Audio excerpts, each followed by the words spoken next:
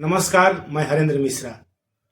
आज का यह वीडियो किसी बहस के लिए नहीं है, बल्कि समझने की कोशिश है। हमारे गेस्ट कम्युनिस्ट हैं और हम जानना चाहते हैं आप कम्युनिस्ट क्यों हैं। बात उनकी सोच, उनके अनुभव और उनके कारणों की होगी। तो आज हमारे साथ चर्चा में हैं देश के जाने माने पत्रकार और लेखक चंद्रभूषण, साथ ही जनवादी लेखक संघ के सचिव कुमार सत्येंद्र। तो आइए सीधे मुखातिब होते हैं अपने मेहमानों से।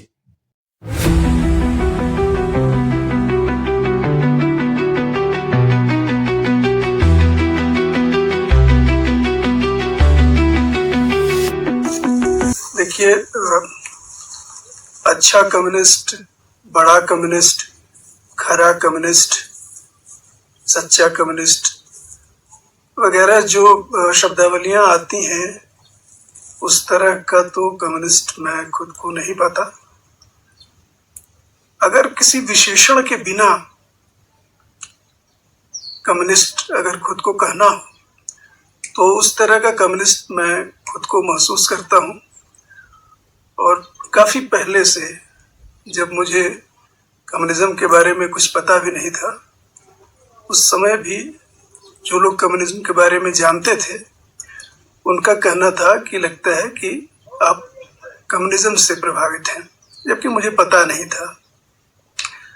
मैं कुछ समय तक, कुछ साल तक एक कम्युनिस्ट कार्यकर्ता रहा, और जो कुछ भी थोड़ा बहुत कम्युनिज्म के बारे में पढ़ पाया, उसके आधार पर मैं खुद को कम्युनिस्ट कह सकता हूँ। इससे मेरी मुराद क्या है, कम्युनिस्ट होने का मतलब क्या है? सबसे पहले तो यह कि मनुष्य मात्र की समानता में भरोसा रखता हूँ, विश्वास करता हूँ, और मुझे ऐसा लगता है कि कभी न कभी हम इसे हासिल कर सकेंगे। मनुष्य मात्र से मतलब है कि चाहे वो स्त्री पुरुष का विभाजन हो, चाहे वो भारत में जन्म के आधार पर जो इतने सारे विभाजन जाति के, धर्म के मौजूद हैं, चाहे वो एक नेशनलिटी और दूसरे नेशनलिटी का विभाजन हो, ये विभाजन समाप्त किए जा सकते हैं और किए जाने चाहिए। कभी न कभी ये समाप्त हो सकते हैं, इस बात में मेरा विश्वास है। कोई कह सकता है कि बहुत सारी गैर कम्युनिस्ट धाराओं के लोग भी इसमें विश्वास रखते हैं, उदार विचारधाराओं के लोग भी इसमें विश्वास रखते हैं। मुझे ऐसा लगता है कि कम्युनिज्म स्वयं में एक उदार विचारधारा है, इस रूप में तो जिसमें कि दूसरे की बात को सुनना, उसको समझना, दूसरे के पक्ष को जानना, धैर्य से उसको सुनना, अपनी बात रखना, इस तरह का जो उदारवाद है, इस तरह का जो लिबरलिज्म है, वो एक कम्युनिज्म की भी खासियत है, और एक कम्युनिस्ट भी उसमें यकीन रखता है। लेकिन जहाँ पर रास्ते फर्क होते हैं, कहा जाए कि जहाँ पर की जो सीमा है उदारवाद की, उससे थोड़ा आगे जाने वाली, बहुत आगे जाने वाली विचारधारा कम्युनिज्म की है। मसलन यह कि लोग, बहुत सारे लोग ऐसा मानते हैं कि जो सत्ता का ढांचा है, इसमें जो सत्ता पक्ष और विपक्ष के जो बहुत सारी जो चुनावी लड़ाइयाँ होती हैं, तो इस क्रम में बड़े बदलाव, बुनियादी बदलाव संभव है। इस क्रम में मनुष्य मात्र की बुनियादी समानता संभव है। मुझे ऐसा नहीं लगता, मेरा इसमें बिल्कुल ही यकीन नहीं है। मुझे ऐसा लगता है कि राजसत्ता के परिवर्तन सिर्फ सरकार का परिवर्तन नहीं, राजसत्ता बदलना, नीचे से ऊपर तक की राजसत्ता बदलना, इसके बिना, इन संपत्ति संबंधों में बुनियादी बदलाव लाए बिना जो मनुष्य मात्र की समानता है, उसको विचार से आगे बढ़ाना संभव नहीं है।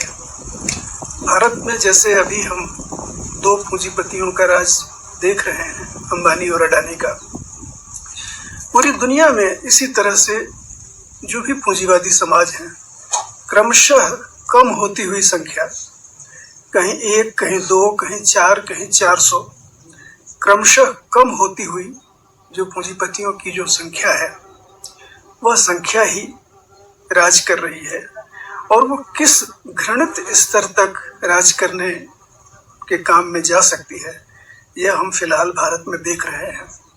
तो मुझे ऐसा लगता है कि भारत में उदारवाद के संचरण का किसी उच्चतर विचारधारा की ओर संचरण का यह समय है, जो विचारधारा कम्युनिस्ट विचारधारा भी हो सकती है, दूसरी भी हो सकता है विचारधाराएं इस संकट को हल करने के लिए आगे आए। लेकिन मुझे ऐसा लगता है कि कम्युनिज्म में यह क्षमता है कि वह इसको रिप्लेस करके एक बेहतर समाज की धारणा को प्रस्तुत कर सके। यह सही है कि कम्युनिज्म एक संकट से गुजर रहा है, एक विचारधारा के रूप में, खासकर सोवियत यूनियन के पतन के बाद, और भी बहुत सारी चीजें हैं जिस पर कि ठहर कर कम्युनिस्टों को विचार करने की, सोचने की जरूरत है। लेकिन अपनी मूल प्रस्तावना में वे कम्युनिस्ट बने रहें। मैं उनकी बात में एक सामान्य सहयोगी की तरह से मैं उसमें शामिल रहूंगा। मुझे लगता है कि रास्ता कम्युनिस्ट ही निकालेंगे, इसके अलावा और कोई रास्ता नहीं है। आपका प्रश्न है कि आप कम्युनिस्ट क्यों हैं। जहाँ तक मैं समझता हूँ कि एक विचारधारा है कम्युनिज्म, जिस विचारधारा के अंतर्गत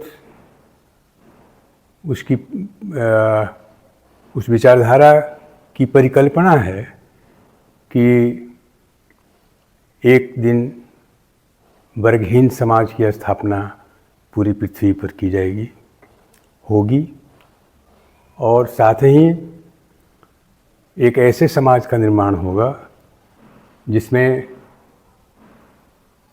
सारे संसाधनों का स्वामित्व किसी निजी व्यक्ति के हाथ में न होकर पूरे समाज के हाथ में होगा, और समाज के प्रत्येक व्यक्ति को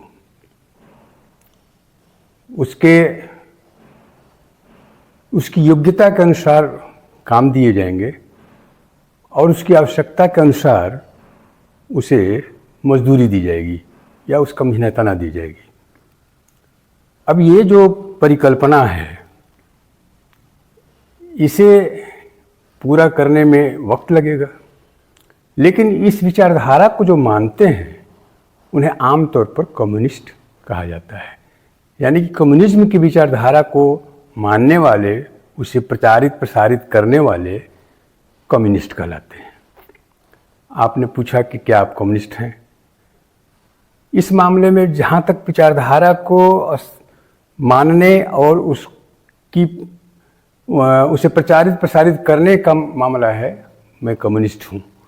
लेकिन व्यक्तिगत तौर पर अपनी ज़िंदगी में एक कम्युनिस्ट के लिए जिन जिन मानकों को रखा जाता है, मैं उसके अनुसार अभी भी कम्युनिस्ट नहीं हूँ, बल्कि कम्युनिस्ट बनने की प्रक्रिया में हूँ। किसी कम्युनिस्ट पार्टी का सदस्य हो जाना कम्युनिस्ट होना नहीं होता है, यह मेरी समझ है।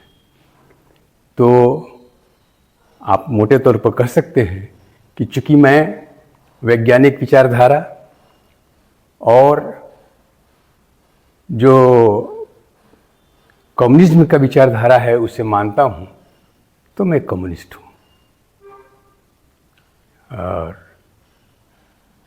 इसके साथ ही इतना तो मैं स्पष्ट कर देना चाहता हूँ कि यह वर्गहीन समाज बनाने की जो प्रक्रिया है, वह कोई एक दिन में पूरा होने वाली प्रक्रिया नहीं है। ये निरंतर वर्ग संघर्ष से चलने वाली प्रक्रिया है, और हम उम्मीद करते हैं, आशा भी रखते हैं कि एक न एक दिन इस पूरी दुनिया में इस तरह की परिस्थितियां पैदा होंगी कि एक वर्गहीन समाज का निर्माण हो सकेगा। बराबरी तार्किक और वैज्ञानिक सोच कोई विचारधारा नहीं, एक जरूरत है। फिर मिलेंगे नए सवालों के साथ।